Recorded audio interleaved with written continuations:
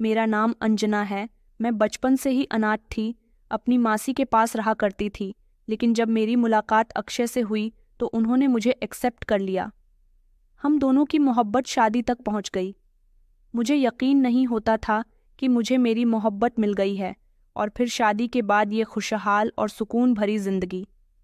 अक्षय कहते हैं कि ये सब कुछ तुम्हारा है और मैं हमेशा तुम्हारा ख्याल रखूंगा।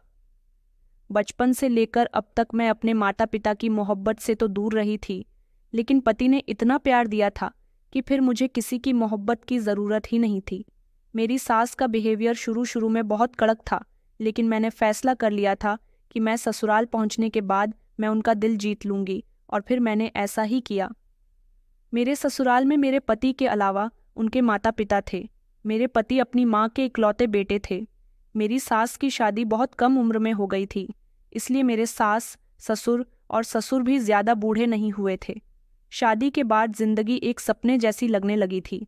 मेरे पति मुझसे बहुत मोहब्बत करते थे, फैक्ट्री में काम करते थे, मेहनती और ईमानदार इंसान थे, और मेरी हर खुशी को वक्त से पहले वो पूरा कर दिया करते थे। मुझे याद है कि जब एक बार मेरा बाहर का खाना खाने का मन कर रहा था तो मैंने अपने पति को इस बारे में बताया। उन्होंने कहा कि मैं कल तुम्हें लेकर चलूंगा, मैं तुम्हारी हर खुशी, हर जिम्मेदारी पूरी करूंगा।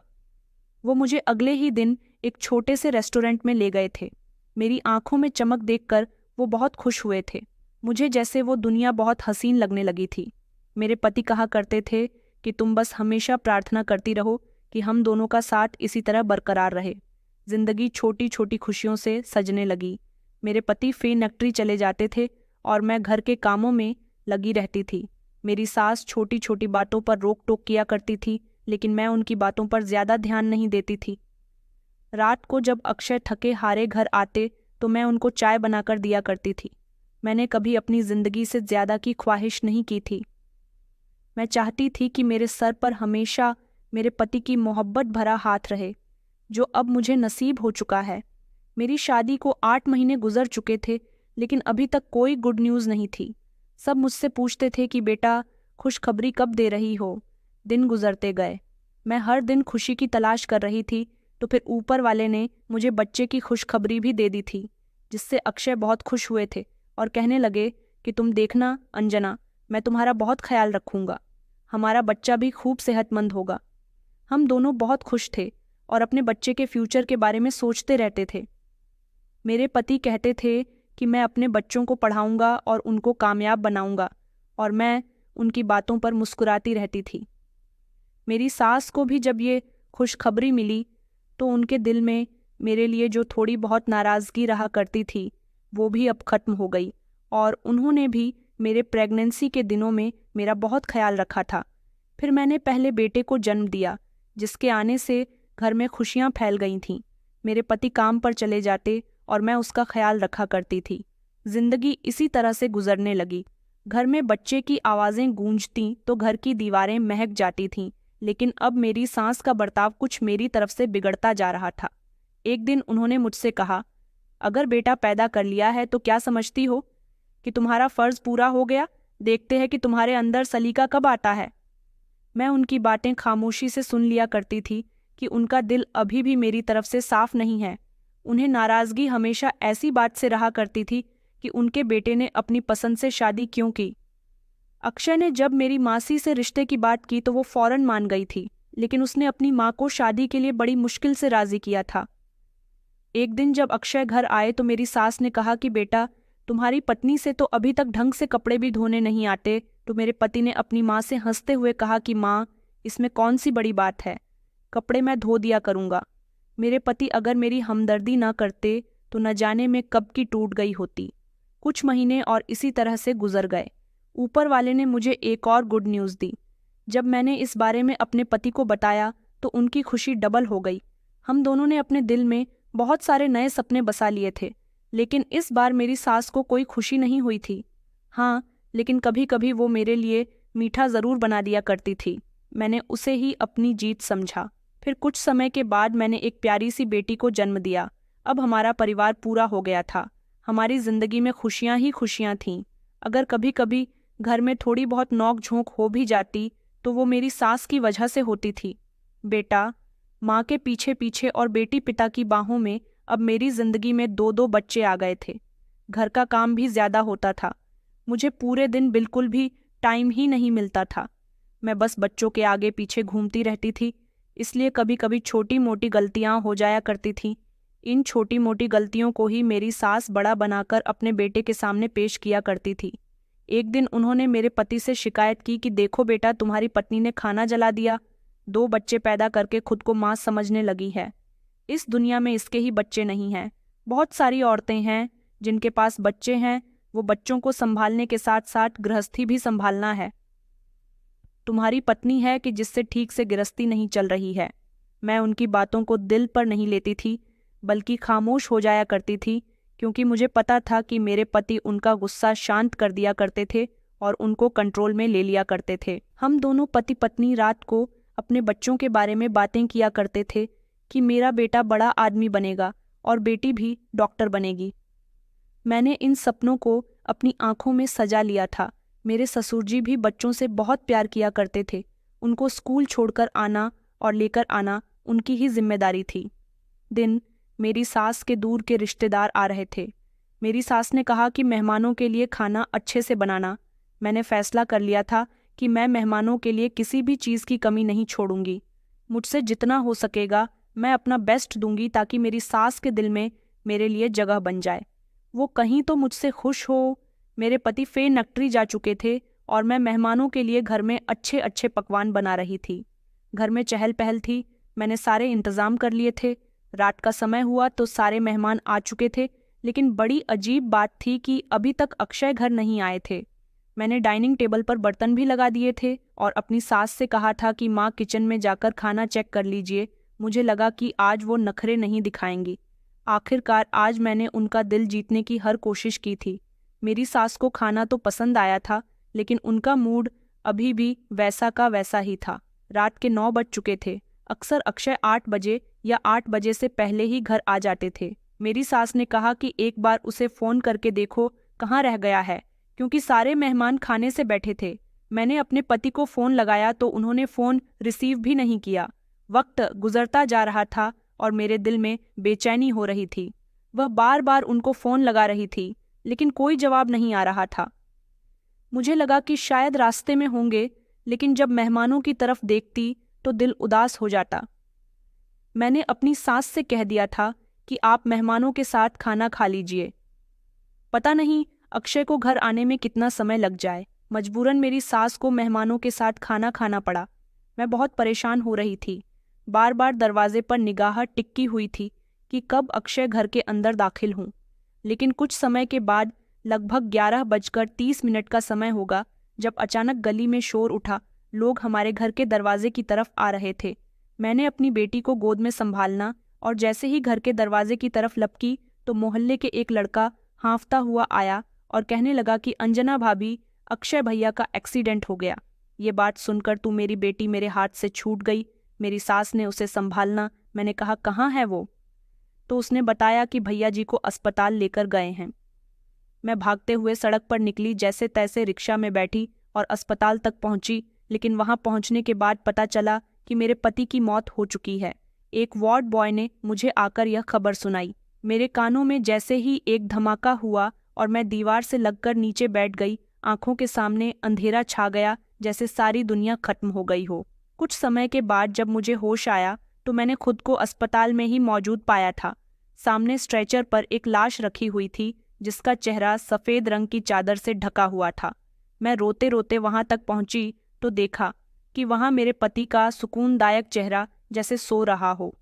मैंने रोते हुए कहा कि उठो अक्षय, तुम मुझे छोड़कर नहीं जा सकते। मेरा रोना पूरा अस्पताल सुन रहा था। किसी ने मेरे कंधे पर हाथ रखा और कहा कि बहन सब्र करो, मेरा सब कुछ खत्म हो चुका था। मैं कैसे सब्र कर सकती थी? घर वापस आई तो मेरी सास दरवाजे पर खड़ी हुई थी। उन्होंने बेटे की लाश देखते ही रोना शुरू कर दिया। मेरा जवान बेटा मर गया। मेरे ससुर बेटे के अंतिम संस्कार की तैयारी में लग गए थे और मेरे दोनों बच्चे मुझसे लिपट गए। बच्चे बार बार पूछ रहे थे, माँ पापा कहाँ हैं? अब मैं उनको क्या जवाब देती? घर में सब लोग मेरे पति की मौत का शौक मना रहे थे, लेकिन अब मेरी सास मेरे पति की मौत का जिम्मेदार मुझे ठहरा रही थी। कहने लगी कि ये सब कुछ तेरी वजह से हुआ है। मैंने कुछ नहीं कहा, लेकिन मेरी आंखों से आंसू नहीं रुक रहे थे। जब मेरे पति का अंतिम संस्कार हो गया और सब लोग घर से चले गए तो घर में खौफनाक खामोशी छा गई। मैं दीवार से टेक लगाकर बैठी हुई थी। बेटी गोद में थी और बेटा मेरे बराबर में बैठा था और मैं रोते रोते अपने पति से बातें कर रही थी। अक्षय, तुमने तो कहा था कि हमेशा मेरे साथ रहोगे, लेकिन तुम तो मुझे और बच्चों को अकेला छोड़कर चले गए। हम तुम्हारे बिना कैसे रहेंगे? सारी रात इसी तरह रोते रोते गुजर गई थी। मोहल्ले के लोग भी बातें बना रहे थे कि बेचारी इतनी जल्दी विधवा हो गई, पता नहीं अपने पति के बिना कैसे जिंदगी गुजारेगी, बच्चों की परवरिश कैसे करेगी। मगर मैंने उनको कोई जवाब नहीं दिया। बेटे की मौत का सदमा उनके दिल को लग चुका था। मेरी सांस बिल्कुल खामोश हो गई थी। दिन गुजरते जा रहे थे, लेकिन मेरी सांस की आंखों में मेरे लिए सख्ती बढ़ती जा रही थी। मेरे लिए अब ये घर नहीं सिर्फ चार दीवारी बन गया था जिसमें मोहब्बत बाकी नहीं रही थी। मैंने प्रार्थना की कि मैं अपने बच्चों का हाथ कभी न छोड़ सकूं। ऊपर वाला मुझे इतनी हिम्मत दे दे। मगर मुझे नहीं पता था कि अभी तो दुखों की शुरुआत हुई थी। अक्षय के चले जाने के बाद घर का माहौल पूरी तरह से बदल गया था। बेटा आंगन में खेलता तो मेरी सास उसे डांट दिया करती, और अब तो ससुर जी का मूड भी बदलने लगा था। छोटी छोटी बातों पर वो बच्चों को डांटते रहते थे।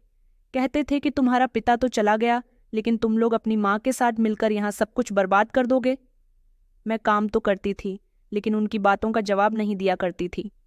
दिन मेरी सास ने मोहल्ले वालों के सामने खुलेआम कह दिया कि देखना, हमारी बहू एक दिन घर से भाग जाएगी।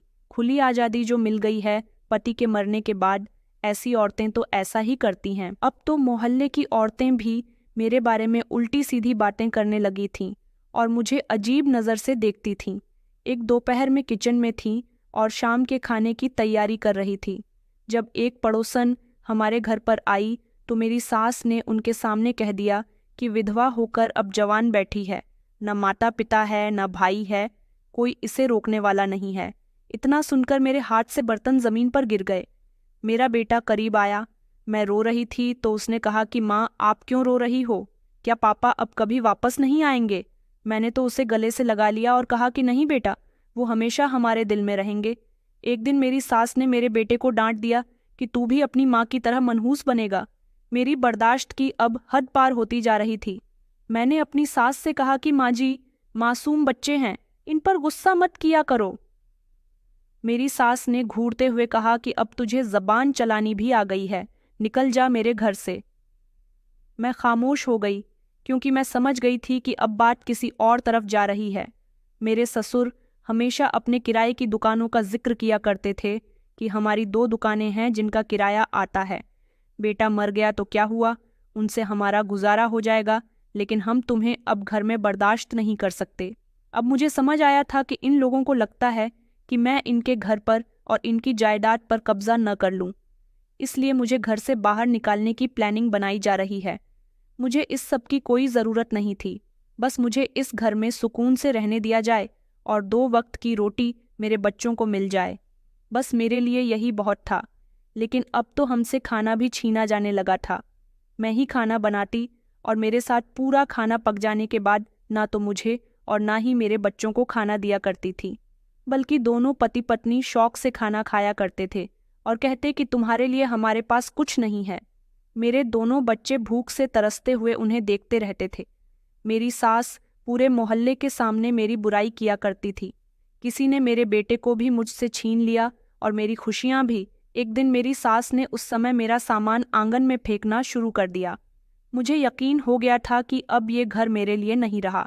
मेरे बच्चे भी डर गए थे कि आखिर ये क्या हो रहा है। दोनों मुझसे लिपट गए। मेरी सास जोर जोर से चिल्ला रही थी कि निकल जाओ मेरे घर से, यहाँ तुम लोगों का कोई हक नहीं है। जो कुछ था मेरे बेटे का था, अब मेरा बेटा नहीं रहा तो तुम्हें भी कुछ नहीं दूंगी। मैंने खामोशी से अपने सामान को समेटा और बच्चों का हाथ पकड़कर दरवाजे की तरफ बढ़ गई। दिल में बस एक ही उम्मीद थी, जिसका कोई नहीं होता उसका ऊपर वाला होता है। मैंने दरवाजे से बाहर कदम रखने से पहले आखिरी बार इस घर को पलटकर देखा था जहां मैंने कभी अपनी दुनिया सजाई थी।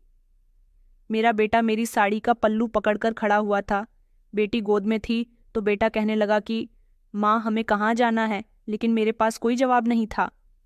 उसे देने के लिए मैं कुछ देर अपनी गली में खड़ी रही और सोचती रही कि कहाँ जाऊं। मोहल्ले में कोई ऐसा नहीं था जो हमारी मदद करता, जिसके दरवाजे पर मैं मदद मांगने के लिए जाती। आखिरकार मैं बच्चों को लेकर मोहल्ले के बाहर एक पुराने पेड़ के नीचे जाकर बैठ गई थी। रात बढ़ती जा रही थी। बच्चे कहने लगे कि माँ भूख लग रही है, बेटी भी रो रही थी। मैंने अपनी आंखों से आंसू साफ किए और खुद को संभालना। कुछ ही देर बाद मोहल्ले के एक लड़का मुझे ढूंढता हुआ वहां आया और कहने लगा कि अरे अंजना भाभी, आपकी सास ने आपको बुलाया है, कहती हैं कि आपको एक शर्त पर घर में वापस आने देंगी। मैंने हैरानी से कहा कि कौन सी शर्त। उसने नज़र झुकाकर कहा कि भाभी जी, उनका कहना है कि आपको घर में नौकरानी बनकर रहना होगा, आपका ना कोई हक होगा और ना ही आप खुलकर बोल सकोगी, बस काम करोगी और खामोश रहोगी। मेरे कदम लड़खड़ा गए, लेकिन मैंने अपने बच्चों के चेहरे पर तरस खाकर कह दिया कि ठीक है, मैं आ रही हूँ। मैं जब अपनी ससुराल पहुंची तो मेरी सास ने मुझे घर के अंदर आने दिया। दरवाजे पर ही ससुर जी बैठे हुए थे। उनका बिहेवियर भी सख्त था और सास का मुंह भी बना हुआ था। अब इस घर में मेरी हैसियत बदतर हो चुकी थी। सुबह सवेरे उठना, घर में झाड़ू लगाना, बर्तन धोना, खाना बनाना। पहले जो मेरी सास थोड़े बहुत काम कर लिया करती थी, अब उनके हिस्से के भी सारे काम करना मेरी जिम्मेदारी बन गया था। सारा दिन में एक मशीन की तरह चलती रहती थी। खाने के समय मेरी सास अपने पति के साथ बैठकर खाना खाने के लिए बैठ जाती थी। मेरे और बच्चों के लिए कुछ नहीं बचता। मेरा बेटा एक दिन रोते हुए कहने लगा कि माँ बहुत तेज भूख लगी है। मैंने अपनी सास से हाथ जोड़कर रोते हुए कहा कि माँ जी, बच्चों के लिए कुछ खाने को दे दीजिए। उन्होंने रोटी का एक सूखा टुकड़ा जमीन पर फेंक दिया। ये लो और अपने बच्चों को खिला दो। मेरी आंखों में आंसू आए। मैंने आंसू साफ किए और वहीं रोटी का टुकड़ा उठाया और अपने बच्चों को खिलाया। उस समय मेरी आंखों से आंसू नहीं रुक रहे थे कि आज कैसी नौबत आ गई है। मेरा पति इस घर में नहीं है तो मेरे बच्चों को सूखी रोटी खानी पड़ रही है। अगले दिन मेरी बेटी की बहुत तबीयत खराब हो गई। मजबूरन मुझे अपने ससुर जी के पास जाना पड़ा, क्योंकि मेरी सास के दिल में तो बिल्कुल रहम नहीं था। मुझे लगा कि शायद ससुर के दिल में थोड़ा रहम बाकी होगा। मैंने उनसे कहा कि ससुर जी, कल्पना की बहुत तबीयत खराब हो रही है, उसे इलाज की ज़रूरत है, डॉक्टर के पास लेकर जाना है, पैसे दे दीजिए। तो उन्होंने कहा कि पागल हो गई हो क्या, मैं अपनी सारी दुकानों का किराया तुम लोगों पर खर्च कर दूं। उन्होंने भी इनकार कर दिया था। फिर मैं मजबूरन अपनी बेटी को लेकर सरकारी अस्पताल में गई, जहां डॉक्टर ने बताया कि आपकी बेटी को वैसे तो कोई बीमारी नहीं है, लेकिन ढंग से खाना न मिलने की वजह से शरीर में कमजोरी हो गई है, बस उनके खान पान का ध्यान रखिए। मैंने बड़ी मुश्किल से अपने आंसुओं पर कंट्रोल किया और बच्चों को लेकर घर आ गई थी। बच्चों की हालत दिन ब दिन कमज़ोर होती जा रही थी। मैंने फिर से अपनी सास से रिक्वेस्ट की कि माँ जी, बच्चों को खाने के लिए कुछ तो दे दीजिए, मेरे बच्चे बहुत कमज़ोर होते जा रहे हैं। लेकिन उन्होंने कहा कि अगर बच्चों का इतना ही ख्याल है तो अपने पति को क्यों मार दिया। मैंने चौंक कर कहा कि आप क्या कह रही हो माँ जी, मैं अपने पति को भला क्यों मारूंगी। उन्होंने कहा कि हाँ, तूने नहीं मारा, मगर तेरी मनहूसियत ने तो मार दिया है ना। मैं खामोश हो गई और समझ गई थी कि इन लोगों से कुछ भी कहने का कोई फ़ायदा नहीं है। उस दिन मैंने फैसला कर लिया कि मुझे कुछ न कुछ करना होगा। अगले दिन मैंने अपने बच्चों को संभालना और पड़ोस में ही काम मांगने के लिए चली गई। वारत हमदर्जी से बोली कि अंजना, तुम अपने बच्चों की खातिर मेहनत तो कर रही हो, ठीक है, लेकिन इसके लिए तुम्हें अपनी सास की इजाज़त लेना ज़्यादा ज़रूरी है। जब मैंने अपनी सास से इजाज़त मांगी तो वो भड़क उठी और कहने लगी कि शरीफ घर की औरतें नौकरी नहीं करती, तुम चाहती हो कि मैं तुम्हें नौकरी करने की इजाज़त दे दूं, वो भी लोगों के घरों में झाड़ू बर्तन करने की। मैंने दिल में सोच लिया था कि मुझे अगर अपने बच्चों का पेट भरना है तो कुछ ना कुछ तो करना ही होगा। दिन ब दिन मेरे सास ससुर मुझे बहुत परेशान कर रहे थे। कभी बेटी रोती तो उसे डांटती, कभी बेटा खेलता तो उसे भी डांटा करते थे। ये सब कुछ मुझे बहुत बुरा लगता था। मैंने अपने बेटे को गले से लगाया और कहा कि बेटा, मैं तुम्हें कभी भूखा नहीं मरने दूंगी। अब मैं हर दिन अपनी सास के जुल्म बर्दाश्त करके रात को सोचती कि कोई रास्ता निकल जाए। मगर हर सुबह वही ताने, वही बेइज्जती और वही भूख लेकर आई थी। बेटे के कपड़े बहुत पुराने हो चुके थे, बेटी का शरीर कमज़ोर हो गया था, लेकिन मेरी सास को तरस नहीं आता। उनके लिए मैं और मेरे बच्चे सिर्फ बोझ थे। एक दिन मेरी सास ने पूरे मोहल्ले में ऐलान कर दिया, ये औरत मेरे घर में रह रही है, लेकिन मेरे लिए इसकी कोई अहमियत नहीं है। मोहल्ले वाले मुझे और मेरे बच्चों को तरस भरी नज़रों से देखते, लेकिन कोई मदद के लिए आगे नहीं आता। मैंने महसूस कर लिया था कि अब ये बेइज्जती हमारी जान लेकर ही रहेंगी। मेरे बच्चे कहते कि मम्मी हम अच्छा खाना कब खाएंगे। मैं उनसे कहती कि बेटा फिक्र मत करो, तुम्हारे पापा की दुआएं हमारे साथ है, हम भी एक दिन अच्छा खाना खाएंगे, वो भी पेट भर कर। मुझे तो उम्मीद ही नहीं थी कि क्या सच में ऐसा दिन भी आएगा। मेरे सास ससुर का बिहेवियर मेरे और मेरे बच्चों के साथ दिन ब दिन सख्त होता जा रहा था। मैं सोचती कि भूख तो एक ना एक दिन मिट जाएगी, लेकिन ये बेइज्जती कब खत्म होगी। दिन मुझे सोते हुए दिन के 10 बज गए थे। मेरी तबीयत ठीक नहीं थी और उठने की हिम्मत नहीं हो रही थी। मेरी सास के जोरदार चिल्लाने की आवाज़ आई। उन्होंने कहा कि उठ जा, मनहूस निकल जा मेरे घर से। मेरी आंख खुली तो देखा कि उनके हाथ में मेरा सामान था और वो कहने लगी कि बस अब और मैं तुझे इस घर में बर्दाश्त नहीं कर सकती, तू यहाँ से चली जा। अपने बच्चों को लेकर मैंने उनके आगे हाथ जोड़े और कहा कि मेरी तबीयत ठीक नहीं है, माँ जी ऐसा मत करो, मगर उन्होंने मुझे धकेलते हुए घर से बाहर निकाल दिया। मेरा बेटा कहने लगा, मम्मी अब हम कहाँ जाएंगे। मेरी सास ने सामान भी दरवाजे के बाहर फेंकते हुए कहा, मुझे अपने घर के कमरे किराए पर देने हैं, अब तेरे लिए इस घर में कोई जगह नहीं है, हम तेरा बोझ और नहीं उठा सकते। मोहल्ले की कुछ औरतें दीवारों के पीछे से झांक रही थीं। मैंने हिम्मत करके कहा, माँ जी मेरी तबीयत ठीक नहीं है, मेरे बच्चे भूखे हैं, छोटे हैं, मैं कहाँ जाऊंगी। उन्होंने कहा कि मुझे नहीं पता तू कहाँ जाएगी। उन्होंने एक झटके से अपना दरवाज़ा बंद कर दिया। मैं सामान और बच्चों को लेकर लड़खड़ाते हुए घर से निकल आ गई थी। मेरा वैसे भी इस दुनिया में कोई नहीं था, सिर्फ एक मासी थी, लेकिन मैं जानती थी कि अब तो वो भी मुझे एक्सेप्ट नहीं करेंगी। मैं फिर भी एक बार उनके घर चली गई। जब उन्होंने मुझे बच्चों और सामान सहित देखा तो कहने लगी कि यहाँ क्या लेने आई है। मेरा रोता हुआ चेहरा देखकर वो समझ गई थी। मैंने उनके आगे हाथ जोड़कर कहा कि मेरे पति के मरने के बाद सास ने मुझे घर से निकाल दिया। उनका बर्ताव मेरे साथ बिल्कुल भी अच्छा नहीं है, मासी मुझे जगह दे दो।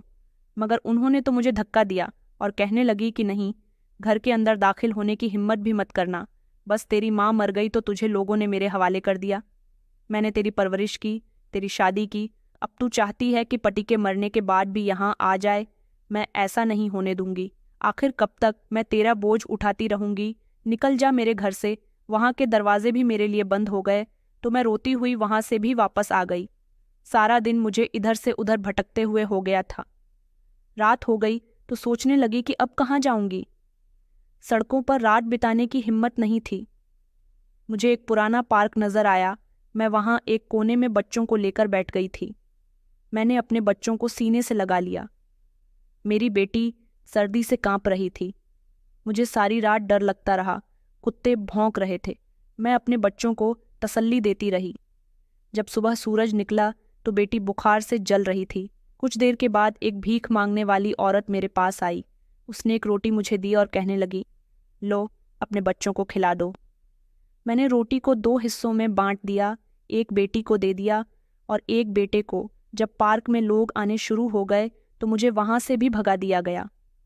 लोग मुझे भीख मांगने वाली औरत समझ रहे थे। मैं दूसरे रास्ते पर आ गई और वहां जमीन पर बैठकर रो रो कर अपने पति को याद करने लगी और कहने लगी कि अक्षय, अगर आज आप जिंदा होते तो शायद मेरी और बच्चों की हालत ऐसी न होती। मैं अपने बच्चों को लेकर दर दर की ठोकरें खा रही थी। जब मेरा सामने एक औरत से हुआ, उसने मेरी बिगड़ी हुई हालत देखी तो समझ गई कि मैं बेसहारा हूँ। कहने लगी कि चलो बहन, मेरे घर में एक कमरा खाली है, वहां पर रह लेना। इस अजनबी औरत ने प्यार से कहा। मेरा हाथ पकड़ लिया तो मेरे बच्चे भी मेरे साथ साथ चलने लगे। वो औरत मुझे एक पुराने इलाके में ले गई। छोटी छोटी गलियां और टूटे फूटे घर, पुराना सा दरवाज़ा, और वो हमें अंदर ले गई। कहने लगी कि ये मेरा घर है, महल तो नहीं है, लेकिन तुम्हें सिर छुपाने की जगह मिल जाएगी। मैंने नज़र दौड़ाकर पूरे घर को देखा। घर की हालत बाहर से जितनी खराब थी उससे कहीं ज्यादा अंदर से खराब थी। बच्चों को एक तरफ बैठा दिया और फिर एक पुराने स्टील के कटोरे में हमारे लिए वो पानी लेकर आई। उसने छोटा सा बिस्कुट का पैकेट मेरे बेटे को दिया। भूख में उसके लिए ये भी बहुत था। उसने बिस्कुट को टूट कर खाया।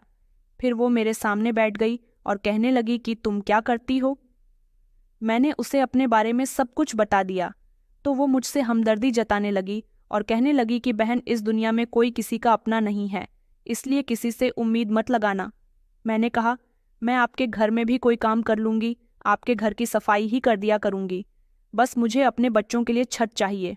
उस औरत ने हंसकर कहा कि ऐसे काम तो सब करते हैं, लेकिन यहाँ काम कुछ और है। वो मेरी तरफ झुकी और मेरे कान में धीमे से कहने लगी कि तुम्हारी खूबसूरती तुम्हारे काम आएगी, तुम बहुत खूबसूरत हो, कमाई अच्छी होगी। उसके शब्द सुनकर तुम मेरे होश उड़ गए थे। मैंने डरते हुए कहा कि नहीं बहन, मैं ये काम नहीं कर सकती, मैं तो सिर्फ अपने बच्चों के लिए इज्जत से जीना चाहती हूँ। ये बात जानने के बाद कि वो औरत मुझे गलत काम करने पर मजबूर करना चाहती है, मैं उसके घर में अब 1 मिनट भी नहीं रुक सकती थी। मैंने अपनी बेटी को सीने से लगाया और उसके घर से निकल गई। वो मेरे पीछे पीछे आई और कहने लगी कि देखो, सोच लो, इसमें तुम्हारा ही फायदा है। मगर मैंने उसकी एक न सुनी। मैं अपने बच्चों को लेकर उसी के घर के आगे बैठ गई थी क्योंकि रात हो चुकी थी। मैंने सोच लिया था कि सुबह होते ही मैं यहाँ से चली जाऊंगी। वो औरत अपने दरवाजे पर आई और कहने लगी कि अभी भी सोच लो, तुम्हारी बेटी बीमार है, बेटा भूख से बिलख रहा है और तुम भी काफ़ी कमज़ोर हो गई हो, हालात से लड़ने की हिम्मत नहीं है तुम्हारे अंदर। मैंने उसकी तरफ से अपना मुंह फेर लिया तो वो हंसते हुए कहने लगी कि जिस दिन बच्चों की भूख से हाथ कांपने लगेंगे तो खुद ब खुद आ जाएगी। मैंने बच्चों को संभालना और वहां से उठकर दूसरे रास्ते पर चली गई। सारी रात में चलती रही और मेरे बच्चों के छोटे छोटे पैर भी चलते चलते थक गए थे। मुझे लगा कि कोई तो मेरी मदद करेगा, लेकिन रात से दिन हो गया था। मैं और बच्चे बहुत ज्यादा थक गए थे। अब हमारे शरीर में बिल्कुल भी हिम्मत नहीं थी। गाड़ियां इधर से उधर दौड़ रही थीं, लोग अपने कामों में बिजी हो गए थे, मगर मुझ पर कोई रहम करने वाला नहीं था। मैं इधर उधर के घरों में काम तलाश करने लगी, लेकिन हर जगह मुझे नाकामी मिली। कोई भी मुझे अपने घर काम पर रखने के लिए तैयार नहीं था। मेरा बेटा थक कर जमीन पर बैठ गया और कहने लगा, मम्मी अब नहीं चला जाता। मैंने कहा, बस बेटा, थोड़ा और हौसला रखो, ऊपर वाला जरूर रास्ता निकालेगा। दूसरा दिन भी इसी तरह से निकल गया था और दिन ढलने लगा था। मुझे एक बड़ा सा खाली प्लॉट दिखाई दिया तो मैं अपने बच्चों को लेकर वहां चली गई। बच्चों को मैंने लेटने के लिए कहा और मैं खुद एक तरफ सिर पकड़कर बैठ गई थी। धूप और थकान से शरीर बेजान हो रहा था। कुछ ऐसा ही हाल मेरे बच्चों का भी था। मुझे उन पर बहुत ख्याल आ रहा था। मैं अपना सर पकड़कर और आंखें बंद करके रो रही थी जब किसी ने मेरे कंधे पर हाथ रखा। जैसे ही मैंने अपना सर उठाकर देखा तो ये मेरी बचपन की सहेली थी। मुझे अच्छी तरह से याद है, जब मैं मासी के घर रहा करती थी तो वो उनके पड़ोस वाले घर में ही रहती थी। मेरी बहुत अच्छी सहेली बन गई थी। हम दोनों ज़्यादातर एक दूसरे से छत पर बातें किया करते थे। कभी कभी मैं उसके घर चली जाती तो कभी कभी वो मासी के घर आ जाती थी। वो एक तरह से मेरी हमदर्द थी, लेकिन मेरी शादी से पहले उसकी शादी हो गई और वो शादी करके कहीं दूसरे शहर में चली गई थी। आज इतने सालों बाद उसे अपनी आंखों के सामने देखकर मैं फूट फूट कर रोने लगी। मैंने उसे अपने गले से लगा लिया। ऐसा लग रहा था जैसे मैंने बहुत समय के बाद किसी अपने को देखा है। उसने चौंक कर कहा कि तुम यहाँ पर क्या कर रही हो? अंजना, मैंने इतना कहा कि मैंने सब कुछ खो दिया है। राखी, उसने कहा कि तुम्हारी ये हालत कैसे हुई? मगर मैं उसे कुछ भी नहीं बता पा रही थी तो उसने कहा कि चलो मेरी गाड़ी में बैठो, मैं तुम्हें अपने साथ लेकर चलती हूँ। मैंने अपने बच्चों से कहा कि उठो बच्चों। राखी मुझे अपनी गाड़ी में बिठाकर अपने घर ले गई। वहां जाकर उसने मेरा और बच्चों का हुलिया ठीक करवाया और हमें पेट भरकर खाना खिलवाया। तब जाकर मेरे और बच्चों के अंदर बोलने की ताकत आई थी। राखी का घर बहुत बड़ा था। उसने बताया कि उसका पति ज्यादातर बाहर होता है और वो अपने पति का बिजनेस संभाल रही है। उसकी जिंदगी देखकर मुझे अपनी जिंदगी याद आ रही थी। भले ही मेरी जिंदगी में इतना ऐशो आराम नहीं था, लेकिन मैं बहुत खुश थी। मगर अब तो मेरी जिंदगी जैसे बेरंग हो गई थी। पेट भरकर खाना खाने के बाद मेरे बच्चों के चेहरे पर भी थोड़ी रौनक आ गई थी। फिर मैंने उसे अपनी जिंदगी के बारे में सब कुछ बता दिया। उसने कहा कि मुझे बड़ा अफसोस हुआ तुम्हारे बारे में सुनकर, लेकिन अब तुम क्या कर रही हो? सड़कों पर इधर उधर ऐसे ही घूमती रहोगी, ये अपने और बच्चों के लिए कुछ करोगी भी? मैंने कहा, क्या करूं यार, मैंने काफ़ी कोशिश कर ली, लोगों के घरों में काम भी ढूंढ लिया, इधर उधर धक्के भी खा लिए, लेकिन मुझे कोई कामयाबी नहीं मिली। उसने कहा कि देखो अंजना, मुझे कोई परेशानी नहीं है, तुम मेरे घर में रह सकती हो, लेकिन अपने और बच्चों के बारे में सोचो, आखिर ऐसे कब तक चलेगा? मैंने कहा, मैं कोशिश कर रही हूँ, बस तुम मुझे कहीं नौकरी दिलवा दो, मैं तुम पर बोझ नहीं बनना चाहती, तुमने मुझे अपने घर में रहने की इजाज़त दे दी, यही मेरे लिए बहुत है। उसने कहा, रे नहीं यार, तुम कैसी बातें कर रही हो, तुम मेरी बचपन की दोस्त हो, मैं तुम्हारा साथ नहीं दूंगी तो फिर और कौन देगा? मैंने उसे थैंक यू बोला। मेरे बच्चे यहाँ पर सुकून से रह रहे थे। राखी की शादी को काफ़ी समय हो गया था, लेकिन अभी तक उसके पास कोई औलाद नहीं थी। वो मेरे बच्चों को देखकर खुश हो रही थी, कह रही थी कि कब से मेरा घर सोना पड़ा हुआ था। तुम्हारे बच्चों के आ जाने से मेरे घर में रौनक आ गई। मुझे राखी के घर पर 2 दिन गुजर गए थे। मेरी बेटी, जिसकी तबीयत पहले से खराब चल रही थी, अब जब उसको राखी के घर पर बुखार आया था, राखी उसे देखकर परेशान हो गई और कहने लगी, मैं अभी और इसी समय तुम्हें अस्पताल लेकर चलती हूँ। वो मुझे और मेरी बेटी कल्पना को अपनी गाड़ी में बिठाकर अस्पताल ले गई। उसने अपने पैसे से मेरी बेटी का इलाज करवाया। जिस अस्पताल में वो मुझे लेकर आई थी, यहाँ के डॉक्टर उसके हस्बैंड के दोस्त थे। उसने ना जाने डॉक्टर साहब से क्या बात की कि डॉक्टर साहब ने दवाई तो दी ही थी, लेकिन साथ में ये भी कहा कि मैडम, क्या आप यहाँ रिसेप्शनिस्ट की नौकरी कर सकती हैं? यहाँ रिसेप्शनिस्ट की जगह खाली है, आपको अच्छी सैलरी मिलेंगे। मैंने अपनी आंखों में चमक भरकर डॉक्टर साहब की तरफ देखा। राखी कहने लगी कि फौरन हाँ कर दो, ऐसी नौकरी तुम्हें कहीं नहीं मिलेंगे। अंजना, मैंने अपने बच्चों की तरफ देखा जो इतने दिनों से काफ़ी परेशान और कमज़ोर हो गए थे। मैंने फौरन इस नौकरी के लिए हाँ कर दी। हालांकि मैं ये काम नहीं जानती थी, ये अस्पताल मेरे ससुराल के मोहल्ले से थोड़ी ही दूरी पर बना हुआ था। मैं जानती थी कि राखी ने यहाँ भी मेरी मदद की है, शायद मैं उसका एहसान सारे ज़िंदगी न भुला सकती। अगर दोस्त राखी जैसी होती है तो फिर मुझे अपनी दोस्ती पर गर्व था। राखी के घर आकर मेरे बच्चों को पेट भरकर खाना मिल रहा था, सुकून की जिंदगी मिल रही थी, और वो यहाँ मुलायम बिस्तर पर सुकून की नींद सो रहे थे, जैसे ना जाने कब से जागे हुए थे। मेरी बेटी की तबीयत भी धीरे धीरे ठीक हो रही थी। बेटी की तबीयत बेहतर हुई तो मैंने फौरन ही अस्पताल में रिसेप्शनिस्ट की नौकरी पर जाना शुरू कर दिया। मैं यहाँ मन लगाकर काम करती, नंबर वगैरह लगाती और पेशेंट को उनकी रिपोर्ट्स दिखाया करती थी। मेरा काम डॉक्टर साहब को अच्छा लग रहा था। बच्चों के लिए दवाइयाँ भी मुझे यहाँ से फ्री मिल रही थी। लेकिन यहाँ काम करते हुए जब मुझे ससुराल के मोहल्ले के कुछ लोगों ने देखा तो फौरन ये बात जाकर मेरी सास को बता दी कि आपकी बहू अस्पताल में नौकरी कर रही है। बस उस दिन के बाद से मेरी सास ने मुझे बदनाम करना शुरू कर दिया। मेरी सास कहती कि पता नहीं किन रास्तों पर चलने लगी है, पता नहीं किन लोगों के साथ काम कर रही है, पता नहीं किन किन मर्दों के साथ रहने लगी है। मेरी सास ने एक बार फिर से मेरे कैरेक्टर पर भी कीचड़ उछाला था। मैंने एक बार फिर से सब कुछ बर्दाश्त कर लिया, लेकिन अपनी मेहनत और सच्चाई पर कायम रही। अब मैं जान चुकी थी कि इज्जत खुद कमाई जाती है, किसी का मुंह नहीं रोका जा सकता। एक दिन डॉक्टर अग्रवाल ने कहा कि अंजना बहन, तुम क्यों परेशान रहती हो? तो मैंने उनको अपने बारे में सब कुछ बता दिया था। उन्होंने मुझ पर रहम खाया और मेरी सैलरी बढ़ा दी थी। कुछ दिन गुजरे तो उन्होंने कहा कि अंजना, अब समय आ गया है कि तुम्हें अपने हक के लिए लड़ना होगा। तुमने कभी सोचा ही नहीं कि तुम्हारे पास बच्चे हैं? सबसे बड़ी पावर तो बच्चे होते हैं। तुम चाहो तो अपनी ससुराल से अपने बच्चों का हक ले सकती हो, क्योंकि तुम्हारे पति की जायदाद में तुम्हारे बच्चों का हक है और कानून तुम्हें तुम्हारे बच्चों का हक दिलवाकर ही रहेगा, लेकिन उसके लिए तुम्हें आवाज़ उठानी होगी। तुम अपने ससुराल वालों पर केस कर दो। मैंने चौंक कर कहा कि केस अपने ससुराल वालों के खिलाफ? तो उन्होंने कहा कि हाँ, अपना हक मांगने में शर्म नहीं करनी चाहिए। डॉक्टर अग्रवाल ने सीरियस होकर कहा। मेरे अंदर सालों पुराने दबे हौसले को उठाया। मैंने दिल में फैसला कर लिया था कि अब ना तो मैं जुल्म सहूंगी और ना ही कुछ बर्दाश्त करूंगी।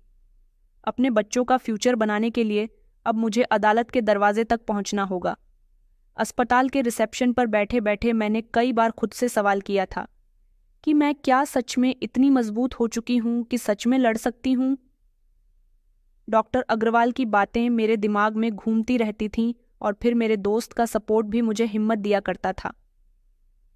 कुछ दिन बाद राखी के हस्बैंड प्रतीक जब घर आए तो राखी ने उनको मेरे बारे में बताया तो उन्होंने कहा कि बहन, आप अपने हक की लड़ाई लड़ो, हम आपके साथ हैं, हम आपको कभी अकेला नहीं छोड़ेंगे। मुझे उन लोगों के सपोर्ट से बहुत हिम्मत मिली थी। भले ही ये लोग मुझे देर से मिले थे, लेकिन ऊपर वाले ने इन्हें मेरे लिए फरिश्ता बनाकर भेज दिया था। राखी, उसके हस्बैंड और डॉक्टर अग्रवाल का एहसान मैं सारी जिंदगी नहीं भूल सकती। राखी के हस्बैंड ने कहा कि बहन, डॉक्टर अग्रवाल बिल्कुल ठीक कह रहे हैं। हक लेने में बिल्कुल झिझक नहीं करनी चाहिए और फिर कानून भी इसकी इजाज़त देता है। जो कुछ आपके पति का था अब वो आपके बच्चों का हो गया। एक दिन जैसे ही काम खत्म हुआ तो मैं फौरन डॉक्टर साहब के कैबिन में गई और उनसे धीमी आवाज़ में कहा कि डॉक्टर साहब, मैं तैयार हूँ, अपने बच्चों का हक लेना चाहती हूँ। डॉक्टर अग्रवाल ने सर हिलाकर मुझे एक वकील का नंबर दिया। उन्होंने कहा कि एडवोकेट मिश्रा जी हैं, मेरे बहुत अच्छे दोस्त हैं, आपकी काफ़ी सहायता करेंगे। मैंने उनका मोबाइल नंबर अपने पास संभाल कर रख लिया और डॉ अग्रवाल जी का शुक्रिया अदा किया। मैंने ऊपर वाले का नाम लेकर आगे बढ़ने का फैसला कर लिया। अगले दिन जब मेरी वकील मिश्रा जी से मुलाकात हुई तो मैंने उनको अपने बारे में सब कुछ बता दिया कि किस तरह मेरी सास ने मेरे पति के मरने के बाद मुझे तंग किया, मुझे और मेरे बच्चे को घर से निकाल दिया और किस तरह मैं अपने बच्चों को लेकर दर दर की ठोकरें खाती रही थी। वकील ने मेरी पूरी बात ध्यान से सुनी और कहा कि आपका केस तो बहुत मजबूत है, आपके पति के प्रॉपर्टी में आपके बच्चों का भी हक है और कानूनी तौर पर यह साबित हो जाएगा। कार्रवाई की शुरुआत हो गई थी। सारे कागजात भी इकट्ठे कर लिए गए थे। मेरे पति की फैक्ट्री की सैलरी का रिकॉर्ड, दुकानों की रजिस्ट्रियां जो मेरे ससुर ने अपने कब्जे में कर रखी हुई थीं। पहले नोटिस जब मेरे ससुराल पहुंचा तो मेरे सास ससुर परेशान हो गए और पूरे मोहल्ले में हलचल मच गई थी। मोहल्ले की औरतें आपस में बातें कर रही थीं कि देखो तो, सही विधवा होकर भी अपने सास ससुर पर मुकदमा दर्ज करवा दिया। ज़माना कितना ख़राब हो गया। मेरी सास ने मोहल्ले के लोगों को इकट्ठा करके मेरी बुराइयां करनी शुरू कर दी। कहने लगी कि देखो, दुनिया वालों, बेटे की विधवा हमें किस तरह से सता रही है। हम बूढ़े पति पत्नी का सहारा हमसे छीन रही है, हमारा सब कुछ हमसे हड़पना चाहती है। मुझे जैसे जैसे अपनी सास की बातें पता चलती रहीं, मैं खामोशी से सुनती रही। अब मेरा मकसद सिर्फ अपने बच्चों का हक दिलवाना था। दुनिया की बातें मेरे लिए अब कोई मतलब नहीं रखती थीं। अदालत में पेशियां शुरू हो गई थीं। मेरे सास ससुर की आंखों में इल्ज़ाम और बेबसी सब नज़र आ रही थी। एक दिन अदालत के बाहर मेरी सास मेरे करीब आकर कहने लगी कि तुम्हें शर्म नहीं आई? हमारी इज्जत को मिट्टी में मिलाकर अपने शरीफ ससुर को कहीं तो सर उठाकर जीने दो। मेरे ससुर जी बिल्कुल खामोश खड़े हुए थे, कमर में हाथ बांधे हुए थे। मैं समझ गई थी कि वो मुझसे नाराज़ है, लेकिन अब उनकी नाराज़गी मेरे लिए कोई मतलब नहीं रखती थी। मैं जानती थी कि वो भी तो मुझे बहुत बुरा समझते थे।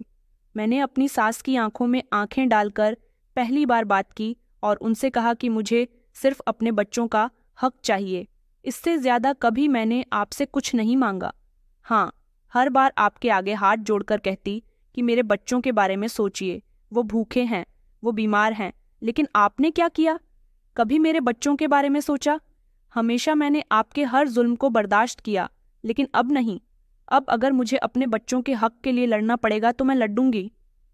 अगर उनका हक छीनना पड़ेगा तो मैं छीन भी लूंगी। मेरे सास ससुर ने जब मुझे इस तरह भड़कते हुए देखा तो दोनों खामोश हो गए। कुछ महीने मुकदमा इसी तरह से चलता रहा।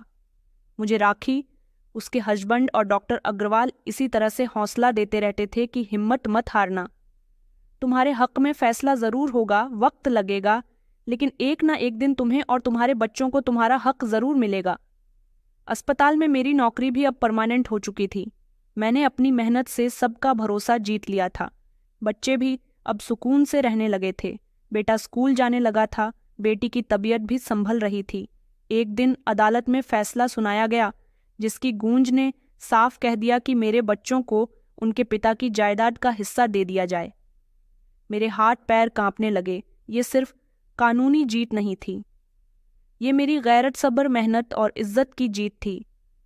मेरे सास ससुर भरी अदालत में शर्मिंदा हो गए थे। वो जो अपने बेटे का हक उसके बच्चों को नहीं देना चाहते थे, बल्कि समझते थे कि सारी जिंदगी उन्होंने अपने बेटे को पाल पोस कर बड़ा कर दिया, बस उसका और उसकी औलाद का हक अदा हो गया। लेकिन उन्हें ये नहीं पता था कि उनके बेटे के बच्चों को अपने पिता के हिस्से की बहुत ज़रूरत थी। अक्सर देखा जाता है कि जो पिता का होता है वो सब कुछ मरने के बाद उसके बच्चों का होता है। मेरे सास ससुर चाहते थे कि उनका बेटा मर गया। अब बेटे ने जो कमाया वो भी अपने पास रखा और खुद ने जो कमाया वो भी अपने पास रखा। उसमें से वो मुझे और मेरे बच्चों को कुछ भी नहीं देना चाहते थे, इसलिए उन्होंने हमें घर से बाहर निकाल दिया। मगर उन्हें ये नहीं पता था कि हर इंसान का वक्त एक जैसा नहीं रहता। मैंने बहुत कुछ बर्दाश्त कर लिया था, मगर जब बात मेरे बच्चों की सेहत और उनकी भूख पर आई तो मैं खुद पर काबू न कर सकी और वो कदम उठा लिया जिसको उठाते समय मैं बार बार अपने पति के बारे में सोच रही थी। मैंने ऊपर वाले का शुक्रिया अदा किया। मैंने अपने बेटे से कहा कि देखो बेटा, अब हमारी ज़िंदगी पहले जैसी नहीं रहेंगी, अब सब कुछ ठीक हो जाएगा। मेरे मासूम बच्चे कहने लगे कि मम्मी की अब हम भूखे नहीं सोएंगे। मैंने कहा नहीं बेटा, अब हमारी ज़िंदगी में सिर्फ खुशियाँ ही खुशियाँ होंगी। मेरी आंखों में आंसू आ गए थे। मुझे सबने बधाइयाँ दी। कुछ दिन के बाद मुझे डॉक्टर अग्रवाल ने बताया कि अब तुम्हें अपने हिस्से की ज़मीन और दुकानों पर कब्जा करना होगा, चाहे तो कानूनी तरीके से उसकी निगरानी भी हो सकती है। मैंने कहा डॉक्टर साहब, मैं चाहती हूँ कि सब कुछ उसूल के मुताबिक हो, न जुल्म न ज़ियादती। मुझे मेरे ससुराल के घर में से भी आधा हिस्सा दे दिया गया था और मेरे ससुर की जितनी दुकानें थीं उनमें से भी आधी दुकानें मुझे दे दी गई थीं। जितना किराया मेरे पास आने लगा था, घर का आधा हिस्सा जो मुझे मिल गया था, वहाँ पर मैं अपने बच्चों को लेकर शिफ्ट हो गई थी और अस्पताल में वही नौकरी कर रही थी जो कि किया करती थी। मेरे बच्चे दादा दादी के पास जाने के लिए तरसते थे, लेकिन मैंने उनको बोल दिया था कि जब तुम्हारे दादा दादी को तुम्हारी कोई फिक्र ही नहीं है तो उनसे बात करने की भी कोई ज़रूरत नहीं है। मेरे सास ससुर सारा दिन घर में अकेले रहते थे। उनको इस बात का सदमा बहुत बुरी तरह से लगा था कि उनकी बहू, जो कि पहले बहुत कमज़ोर हुआ करती थी, अब इतनी ताकतवर हो गई कि उसने अपना हक छीन लिया। मैं बच्चों को स्कूल भेज दिया करती थी और खुद सारा दिन नौकरी पर रहती थी। कई दिन इसी तरह से गुजर गए थे। जिंदगी अब थोड़ी सुकून में आ गई थी, लेकिन अब मेरे सास ससुर बुरी तरह से बीमार रहने लगे थे। मेरे ससुर के जोड़ों में दर्द रहता था, जिसकी वजह से वो ठीक से चल भी नहीं पाते थे, और मेरी सास एक रात तो उनकी इतनी बुरी तरह से तबीयत खराब हो गई कि ससुर जी मेरे हिस्से में आए मेरे कमरे का दरवाज़ा बजाकर कहने लगे कि बहू, कुछ भी करो, अपनी सास को अस्पताल लेकर चलो। मैंने देखा कि मेरे ससुर की आंखों में शर्मिंदगी थी। मैं फौरन ही अपनी सास के पास भागकर गई तो देखा कि माँ जिस ज़मीन पर बेहोश पड़ी हुई थी। मैंने फौरन अस्पताल की ही एम्बुलेंस को फ़ोन किया और माँ जी को लेकर अस्पताल गई। वहाँ पहुंचकर डॉक्टर साहब ने बताया कि तुम्हारी सांस को पैरालाइज का अटैक हुआ है, जिसकी वजह से उनका आधा शरीर काम करना बंद कर चुका है। उन्हें इलाज की ज़रूरत है। काफ़ी समय तक मेरी सास का अस्पताल में इलाज चलता रहा। मेरे ससुर जी पत्नी के बीमार होने से और ज़्यादा सदमे में आ गए थे। दोनों पति पत्नी हमेशा गमगीन रहते थे। मैं जो पहले अपने सास ससुर पर ध्यान नहीं दे रही थी, अब सास के बीमार होने से उनकी सेवा करने लगी थी। मेरी सास जो हमेशा कड़वा बोलती थी, अब आंखों में आंसू लेकर हाथ जोड़कर मुझसे अपने किए की माफ़ी मांगती थी। लेकिन मैं तो उनको ना जाने कब की माफ़ कर चुकी थी। मेरे बच्चे सुकून से थे, उन्हें अच्छी शिक्षा मिल रही थी, उनके सर पर छत थी और वो पेट भरकर खाना खाया करते थे। यही मेरे लिए बहुत था। मेरी सास बहुत शर्मिंदा हुआ करती थी। ससुर जी हाथ जोड़कर माफ़ी मांगते कि बहू, हमें माफ़ कर दो, हमने तुम्हारे और बच्चों के साथ बहुत बुरा किया, फिर भी तुम हमेशा मदद करने के लिए तैयार रहती हो, यहाँ आकर हमारी सेवा करती हो। मैंने अपने ससुर जी से कहा कि आप लोगों ने सोच लिया था कि आपका बेटा मर गया तो मैं और मेरे बच्चे भी आपके लिए मर गए, लेकिन मैंने कभी ये नहीं सोचा कि मेरा पति मर गया तो उसके माता पिता भी मेरे लिए मर गए। मेरे सास ससुर फूट फूट कर रोने लगे। मैंने उनको माफ़ कर दिया और कहा कि मेरे बच्चे अच्छी शिक्षा हासिल कर रहे हैं, खुश हैं, मैं भी खुश हूँ। अगर आप लोग अपनी पुरानी गलतियों को भूल जाएं तो सब कुछ पहले से ज़्यादा बेहतर हो सकता है। उनके चेहरे पर मुस्कुराहट आ गई। उन्होंने मुझे और बच्चों को गले से लगा लिया। मेरी सास हाथ जोड़कर कहने लगी कि बेटा हमारी जिंदगी में वापस आ जाओ, क्योंकि वो जानती थी कि मैं भले ही एक घर में रहती थी लेकिन अपनी सास की तरफ अपना कोई काम नहीं करती थी, खाना नहीं खाती थी, सिर्फ उन लोगों का काम करके वापस आ जाया करती थी। और उन्हें ये सब कुछ अच्छा नहीं लग रहा था कि मैं उनके पास जाती हूँ, उनकी सेवा करती हूँ, लेकिन ना तो मेरे बच्चे उनके पास जाते हैं और ना ही मैं उनके साथ ठीक से बात करती हूँ। सब कुछ ठीक हो गया। मेरे सास ससुर को अपनी गलती का एहसास हो गया। मोहल्ले के लोग जो कभी मेरी सास की बुराइयों पर साथ साथ मेरी बुराइयां किया करते थे, अब मेरी तारीफ करने लगे कि ये वही औरत है जिसे इसके सास ससुर ने हमेशा बुरा भला कहा और अब ये अपने सास ससुर की कितनी सेवा करती है। वक्त वो गुजरता गया, मैं पुराना समय भूल गई थी। मेरी सेवा और मेरी सास को अच्छा इलाज मिलने पर वो धीरे धीरे ठीक हो गई। ससुर जी की तबीयत अभी ज़्यादा ठीक नहीं थी, लेकिन घर में खुशियां थीं। वो जो पहले मेरे बच्चों को हमेशा डांटते रहते थे, अब हमेशा उन पर प्यार लुटाया करते थे। अब तो मेरी जिंदगी में भले ही खुशियां हैं, लेकिन मैं ये बात अच्छी तरह से समझ गई हूँ कि अपने हक की लड़ाई जब तक मैं नहीं लड़ती तब तक कमज़ोर रहती। हर औरत को अपने लिए लड़ना ज़रूरी है। अगर वो लड़ेगी नहीं तो दुनिया उसे इसी तरह से दबाती रहेंगी। तो दोस्तों, उम्मीद करती हूँ आपको हमारी कहानी पसंद आई होगी। कहानी पसंद आई है तो वीडियो को लाइक करें। चैनल पर नए हैं तो चैनल को सब्सक्राइब करें और हाँ, नोटिफिकेशन बेल को ज़रूर दबाएं ताकि अगली अपडेट सबसे पहले आपको मिले।